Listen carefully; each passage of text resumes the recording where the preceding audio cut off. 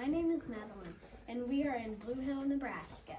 Our show for you is called The Wonderful Math World, and today we are going to be interviewing Emmy Norther. Give a warm welcome to Emmy Norther. Hi, as Madeline said, I'm Emmy Norther. How are you today, Madeline? I'm great. How was your flight? It was good. So, today we are going to be asking you some questions for the interview. Well, can we get started? Yes. Before we get started, I would like to ask you about your early life. Well, my dad was a German mathematician. I was born in Germany, and I had 3 brothers, no sisters. Their names were Fritz, Alfred, and Gustav Norther. And my dad wanted all of us to become a German mathematician just like him, and we all actually accomplished it. We all were a German mathematician. As a child, I spent my time in school learning different languages.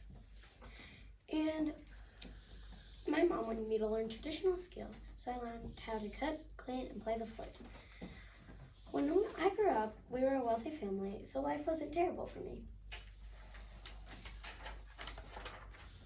Our second question is, were you ever married?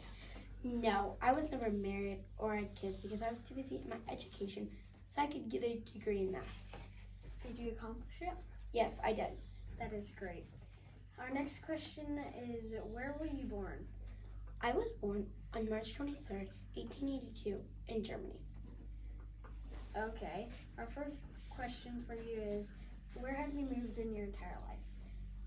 Well, I never actually moved. I stayed in Germany my whole entire life, and that's how I became a German mathematician. Our next question is, who were you named after? I was named after my mother, and her name is Amelia for short. That's really cool that you were named after your mom. Our next question is, what did you discover in the math world? I discovered the mathematical conservation line, and I have a picture of it. So it's kind of confusing. So you use bar graphs, angles, and you use algebra in this, which algebra means it's a letter or a symbol that represents a number. And this is also pi in here. It has pi in here, and it says 2 pi plus 2, 12. And I think that's all. Okay. That's cool that you discovered that. Our next question is, did you speak any other languages? Yes, I speak French too. Cool. What did you do for a living?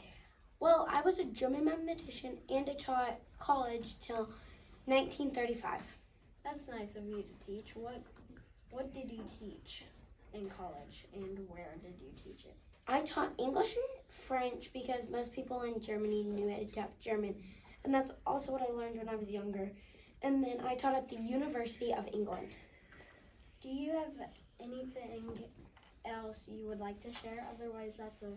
Well, I want to say something to all the people that helped me to get to this point. Thank you for pushing me and never giving up on me. I would have never gotten to this point without you. Sounds like you had a exciting life. Thank you. I do want to say something else. I invented abstract algebra. Do you have a picture of it? Yes, so here's one. Here's the other one. So I'll talk about the pictures after I tell you what abstract is and algebra. So it's the mathematical object including relationships, structures, and process. And then we'll come back to that picture, but this one has more algebra in it.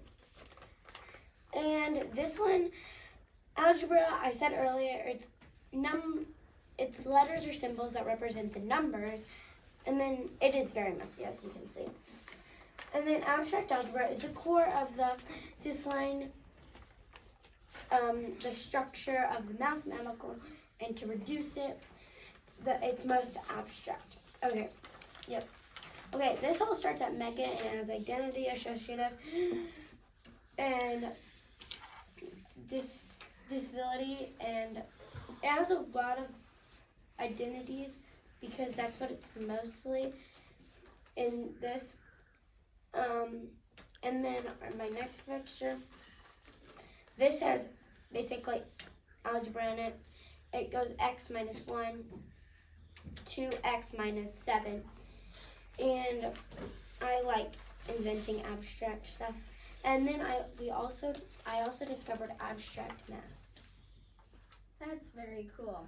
Well, is that everything for today? I think so. Well, we loved having you come out today.